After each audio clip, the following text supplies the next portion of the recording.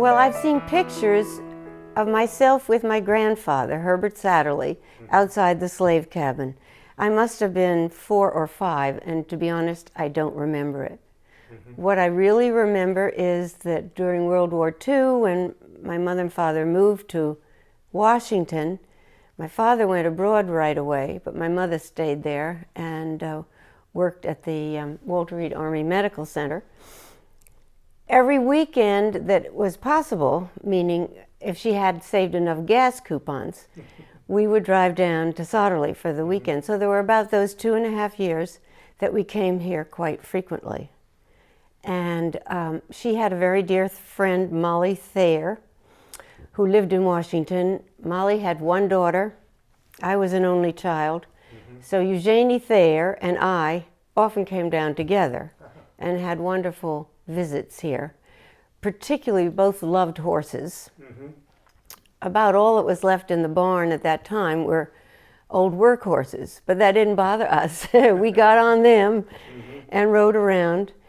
There was an old pony that my mother had. And Eugenie, I suggested to Eugenie that she might like to ride that pony one day. And, but I said, she's very old, so be very gentle with her. I think she must have been near 30. Eugenie got on this little pony and walked out and screams and yells. And I ran after her and said, well, what's wrong? What's wrong? And she said, well, I don't want to pull on her rein to turn her around because I'm afraid she might fall down if she's so old and frail. But we didn't really ride her too much. We did have, as I say, some of the workhorses, and then there was one called Ruby that I used to ride, who was actually a riding horse. But those are my memories here are from when I was about 10, I guess, to about 13.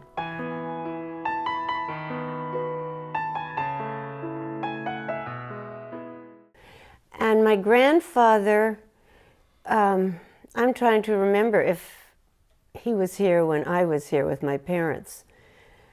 Might have been, might not have been. I saw a lot of him the year 1945, the year I went back to New York City, because at that point the war was over. My mother actually went abroad with UNRWA, and my first year at the Brearley School, my grandfather came for me every Sunday, and I was living with a family, friends of my mother's, and they had a daughter about my age. My grandfather came every Sunday, picked me up, and we went on some fanciful and wonderful excursion together. He never told me ahead of time where we were going, but it was always exciting and wonderful. We went, Grant's tomb was a place he'd been very involved in, so I went up there to visit. I remember once going with him to visit Mrs. Theodore Roosevelt at Sagamore Hill, because he had served as Assistant Secretary of the Navy under Theodore Roosevelt. And there were other places in New York that we went. Sometimes I worried about it because he had a chauffeur and he had a car. One was a Rolls Royce, I think, that was mentioned somewhere before. And one was something called a Crane Simplex. I don't know what that was. But all I know is we sat very high in the back and above everybody else walking on the streets. So wherever we went, I'd sort of look down on pedestrians. And sometimes they shouted things at us, and that made me very embarrassed. But otherwise, we sedately traveled around in this car. And I have my happiest memories with my grandfather, but they weren't really related to Sledly. Did he ever talk to you about Sledly and say anything about his interest in the place? No, not that I remember. I think I said once before, wherever he went, he had a flagpole installed, because when he was in residence, he always made a big thing in the morning of raising the flag, and through his mustache and beard, he made a sound as though he was playing on a harmonica or something. Reveille, the flag went up, and taps when it came down. And he taught me exactly how to hold the flag, how to fold it, never to let it touch the ground. And he was absolutely steadfast on that. And I do remember once down at Sodderly being here when my mother always had friends, if she could, because she loved being surrounded by people. And this one gentleman, my mom said, why don't you go out and bring the flag down with whoever it was? So I said, fine, brought it down. And this man grabbed it and let it fall on the ground. And I was so horrified. I ran back, told my mother, don't ever let him come and touch the flag again because he doesn't know how to do it. But other than that, I actually don't even remember being here at Sodderly with my grandfather. I remember visiting my grandparents at Dover House in Greenwich, Connecticut, and certainly being up in Bar Harbor, Maine, but not here.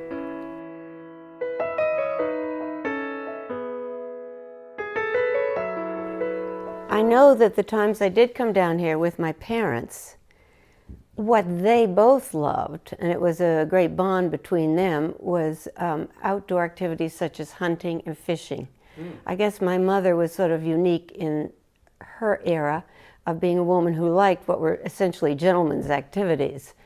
But she loved shooting, and she and my father, and I remember coming with them quite a few times, probably before the war, came down here to do quail shooting.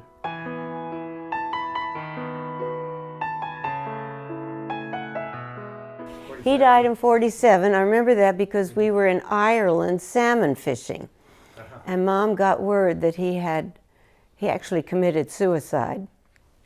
And she immediately made plans to come back, leaving me with a wonderful man called Edward R. Hewitt, who was the Dean of American Fly Fishing at that point. And she had gone with him to Southern Ireland to fish the Blackwater for salmon. Forget the fact all the conditions are wrong and the fish weren't biting and we didn't get anything, but anyway, Mom came back to deal with the fact that her father's death had changed everything, and first of all to plan the funeral, and I was to come back with Mr. Hewitt because I remember being quite terrified of him. He was like my grandfather, but he was very gruff and very definite about everything. So I was a little worried about the plane trip back because it wasn't just a few hours in those days. It was going up and then coming down and then going up and coming down, piston engine planes. But anyway, that was in 1947. She didn't involve me in any of her decisions about Sodderly, but I do remember her saying, Sodderly was very important to your grandfather. It was one thing that was really his, had nothing to do with the Morgan family. He loved it. He took great pride in the genealogy and going back to Sodderly Hall in England. And this is a place he really loved. And he was a history buff, too, so he enjoyed looking into everything. And I think she was really unhappy that he didn't leave Sodderly to her.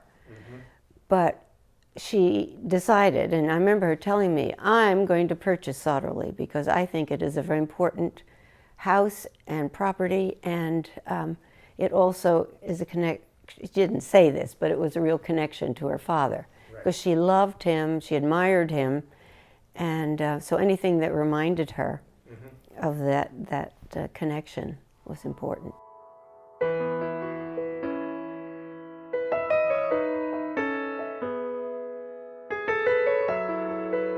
And one of the things that I did first when I came down here, and our children were small, was, I don't know if you remember, but upstairs in the Satterley bedroom was an old tin tub. A huge, it probably had a diameter of a good 6 feet. Wow. And a little tin seat and a little place for the soap and a little hole for the water to run out. And I suppose some maid or somebody poured buckets of water over you while you sat in it. But the children thought that was the greatest thing. We took it out on the lawn and gave everyone a bath at Sodderly. Yes, we stayed in the main house and talked about the secret passage and ghost stories? Well, not so much ghost stories, but just all the excitement in the house. And remember, during the war, when Eugenie Thayer and I were here, there was no electricity in the house. So we had candles everywhere, and also these lanterns with the, it was kind of a wick that it looked like cheesecloth. I can't remember what you call it right now, but they were kerosene lamps. Kerosene lamps. And then Eugenie and I always took a candle up to bed, of course, carrying our own. It was very exciting. And I remember my mother telling this story, because I don't remember doing it, but my grandfather, once electricity came to the county, agreed to have it put in on the ground floor. And my mother tells me that when that happened, when I heard about it, I guess we were in Washington, and she got a call that electricity was being put in. She told me, I immediately called Eugenie Thayer, and I said, guess what? Grandpa has put electricity in the ground floor, and when I grow up, I'm going to take it out.